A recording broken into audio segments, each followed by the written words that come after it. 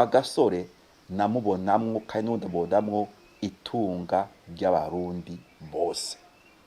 Ndamubonamwo umugabo w'ijunja yakunda cane gose iyo guciwe. Turakora no kuririmba gushika naho ashika hafata ingingo yo kuja guharanira ukwikukira ku Burundi, abona ingorane byashobora kumuzanira kuko yarazi hirya no hino ibivugwa kuri we. Ica kabiri Rwagasore ndamubonamwo umuntu yari afise umutima wo kwegeranya abarundi. Buriya harageze igihe mu mugambwe yipfona igitangura sizi ko yapfona bavyigisha neza, abantu bagira bati uyu mugambwe ni w'abantu b'abaganwa, ico bita mu gifaransa les féodaux entre guillemets. Hama Rwagasore arabwira bati iyi sivyo, tugiye turiko turarondera yuko kwikugira si yabo baganwa gusa n'igihugu cose.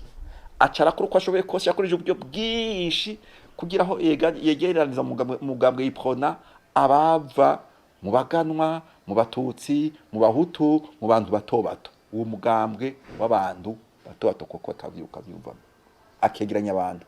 Uzorabe no mu bakuru bafatanije mu gutwara umugambwe yipfona uzosanga harimo abagabo bijunja baturuka mu bwoko bwose.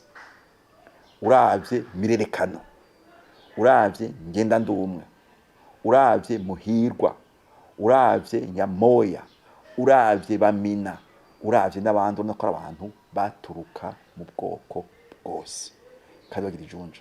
Andi ngunda kuvuga nti niho ipfona inyuma y'urufu Rwagasore yamuhemukiye, kuko baciyatangwa kuryana baza kuraba ko abahutu, ko abatutsi, ko ari iki, aho kuraba yanzira Rwagasore yashaka Burundi bucamwo kugira ngo bugende buronka inyishu kubibazo bwari bufise. Ica gatatu Rwagasore rero yavuga ati ugiye mu nzira yukuja imbere abandi, emera gendera kugiye kuba umusuku w'abandi, mu gifaransa cita servir, gukorera igihugu.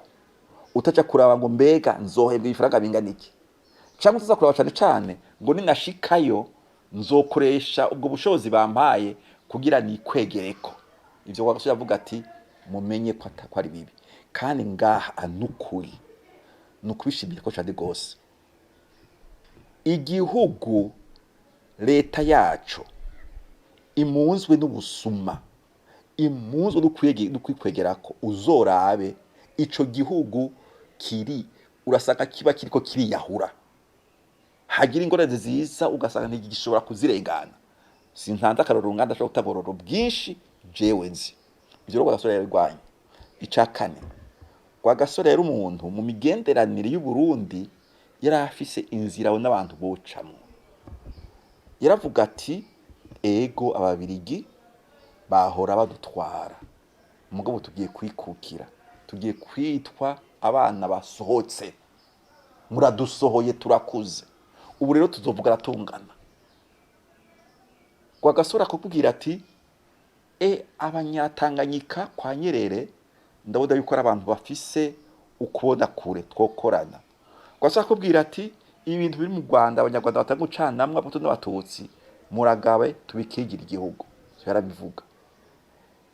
Yari umuntu yabona kure rero akabigendera. Mugabo urabona kubera uko kubona kure kwashobora kuza gukosora kuri ubu amanyembwa yabaye ku bukoroni byatebye baciye mugandagura. Nitwarose umwanya wo kubona ivyo yashaka gushikira gushitse ko Burundi ko ari gushobora kubishitsa koko, mugabo uko yavyumvira uko yibara nuko ndakubwiye.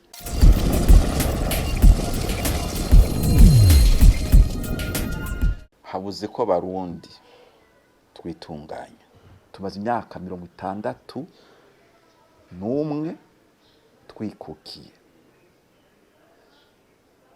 Icambere cyo kumenya nuko iyo Rwagasore atagandagurwa uravye kugira ababwiye uko yimvira, jewe ntibantunganya ndemeza yuko byari kudufasha tukirinda ary'amanyembwa twaguyemwo inyuma y'ufugwiwe. Nuvuga yuko rero urupfu rwa Rwagasore rwarahombeje Uburundi.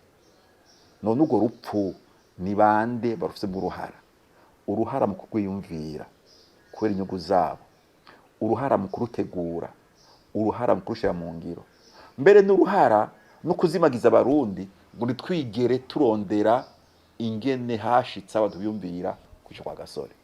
Aho rero ntuze gutuma ikoma kuba bwandaguye, so mukandaguye zo kubwira ngo ngo nakoze kudukunuko. Ni twebwe abarundi tuza kugira tuti dukora iki kugira hashike hazokwicarana abo muri leta y'u Burundi, abo muri leta y'ububirigi, kugira ngo arabe uruhara kuri ubu bw'umwe wese, na cyane cyane uruhara rw'abari batwara Uburundi icyo gihe, tukuvuga leta y'ububirigi. Saba birigi ni leta y'ububirigi, kenshi turakoda kubisukiranya. Saba birigi ni leta y'ububirigi, leta yari sabayirongo icyo gihe bayivugira. Mugabo kandi warasanga mu Bubirigi abantu bavuga neza, bakunda kwa Gasore, bababaye bumvise kwa Gasore yagandaguwe bababirigi. Nukuvuga rero yuko rero aho ducize umunsi leta y'u Burundi yo kwitunganya kugira ngo tubye neza wa Gasore uko yarari, ndibaza Amerika nkaha ayuko buvyoroshe, kuko hariho ibikorwa ariko ararangurwa na wa mugwi urondera ukuri no kunywanisha abarundi severe.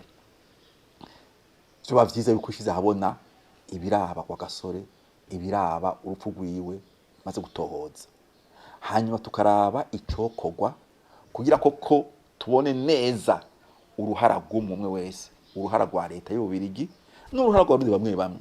Mbega urazi yuko baregwa leta kiya gihe hariho umuntu yavuga ngo tuvugane n'ababirigi bemere ko tuzomanika abo tubona Abarundi bamwishe, mugabo natwe turabe tuzobemerere yuko atani jambo na rimwe tuzokwemera ko risohoka mu rubanza mu vyerekeye uruhara rw'ababirigi mu kwica kwa Gasore. Ivyo mwari mubizi byo kuvuga umuntu akomeye, nizo byose tukabimenya hama rero tukaheza tukishira n'ababirigi. Kandi baza yuko inyuma y'imyaka 60 n'ukuri bitotugora hagati y'Uburundi n'ababirigi, kira noneho bobo barafise naho babitanguye. Urazi ko bigeze kugira umugwi hagati y'Ububirigi na leta ya Kongo kugira ngo bamenye ingene habaye igandagurwa rya Rumumba.